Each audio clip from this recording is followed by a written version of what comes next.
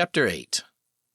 The only freezer large enough to house a creature sat inside O'Malley's butcher shop over at the intersection of Main and Hemlock Streets. The owner, Richard O'Malley, wasn't keen on the idea at all. Henry argued with O'Malley on the phone for what felt like an hour before he agreed to house the thing temporarily, with a strong emphasis on temporarily. Just until tomorrow. That's it. Then I don't care what you do with it, but it's leaving my shop. I got a business to run. You think people want their meat hanging next to some thing you found in the woods? We don't even know if it's got viruses. You know nothing. And you just expect me to. I can pay you, Henry interrupted. O'Malley paused. How much? Everything had a price. Henry had a little money saved up to take Kate over to the coast for the weekend. Just the two of them. She hadn't known about the trip. Henry had planned it as a surprise engagement celebration. Surprise. She decided not to marry you. Surprise. The baby was never yours. Not exactly what he had in mind when he started putting the money away. 100? Henry asked. He wasn't about to let O'Malley know how much money he had to bargain with. Deal, O'Malley answered. Per day. Damn it, O'Malley. It's a wee amount. It's not like you have a lot of other options here, Henry. This is my business we're talking about. Scaring away good-paying customers. How am I supposed to feed my fine? Henry hung up and shoved the phone back into his pocket.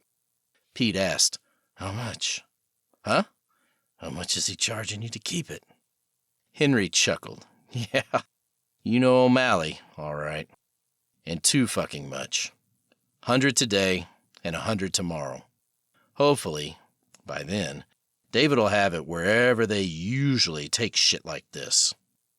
Well, let's get this thing out of the barn before Dottie loses her shit. You ready? Yeah, let me run upstairs and make sure I'm not leaving anything. Don't do it, Henry, Pete warned. Henry feigned innocence and grinned. Don't do what? He patted Pete's shoulder as he walked past him towards the house. I think we have bigger problems than Robert Williams. Still, try to behave, would you? Always. Henry went into the house and upstairs to the room he had slept in the night before. After a quick once-over, he was satisfied he wasn't leaving anything and headed back down the stairs. In the kitchen, he lingered longer than he needed to, hoping to run into Robert Williams one more time before he left.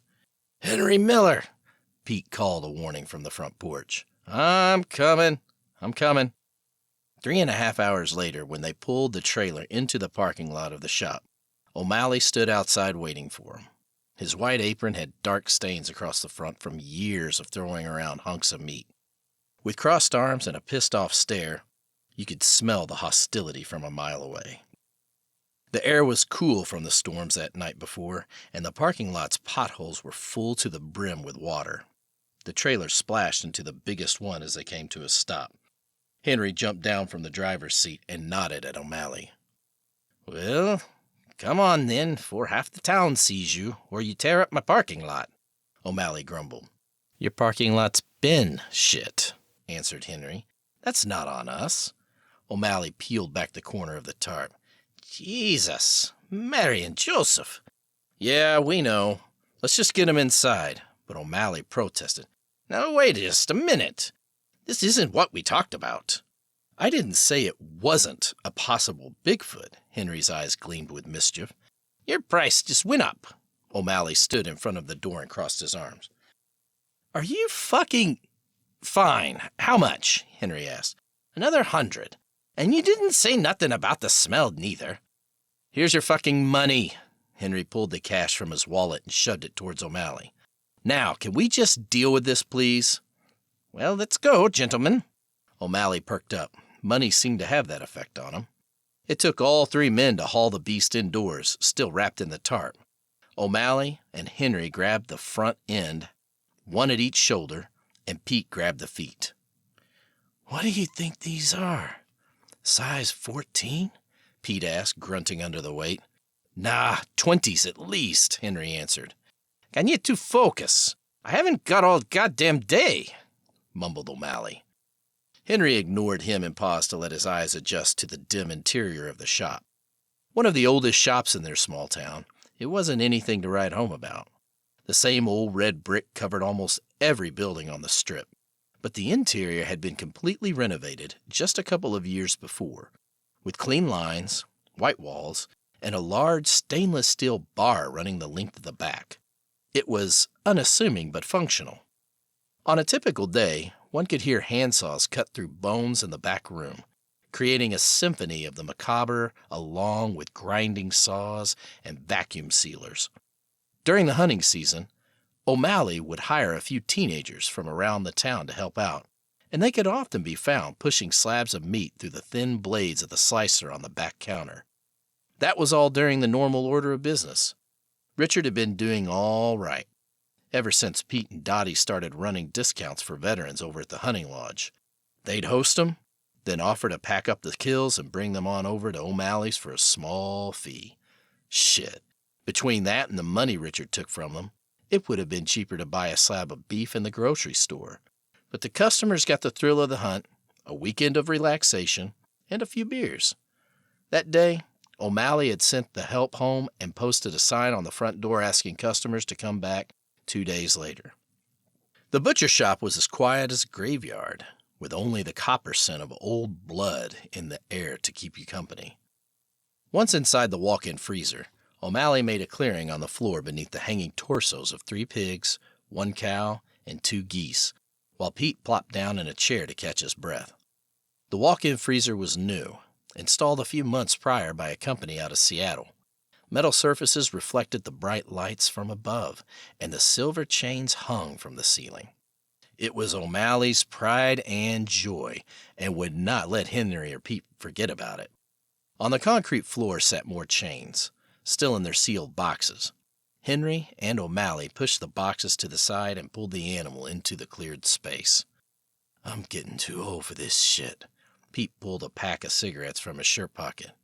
"Henry, you got a light?" "Not in here, you don't," interrupted O'Malley as he wiped his hands on his apron. "I'm not going to have all my meat smelling like smoke.